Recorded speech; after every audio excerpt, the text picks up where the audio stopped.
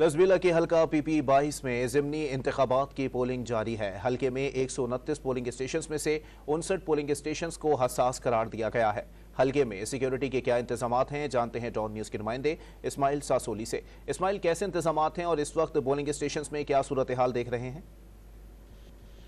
جی بالکل، اس وقت میں موجود ہوں حلقہ پی پی 22 لسبیلا میں۔ اس وقت جو الیکشن کا سلسلہ جاری ہے، ووٹرز کی جو صبح رجحان تھا وہ کم تھا، ابھی زیادہ بڑھ چکا ہے۔ اس وقت ہمارے ساتھ موجود ہے S S P Lasbela captain retired Naveed Alam, ان سے بات کریں گے سیکیورٹی کے حوالے سے۔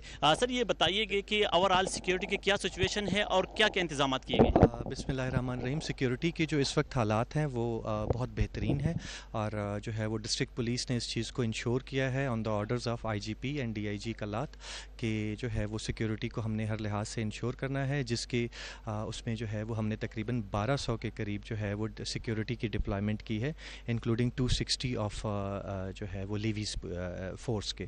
تو باقی جو ہے وہ کسی بھی جگہ پر ضلع میں جو ہے وہ کوئی کسی قسم کی لا اینڈ آرڈر کی جو ہے وہ شکایات موصول نہیں ہوئی ہیں۔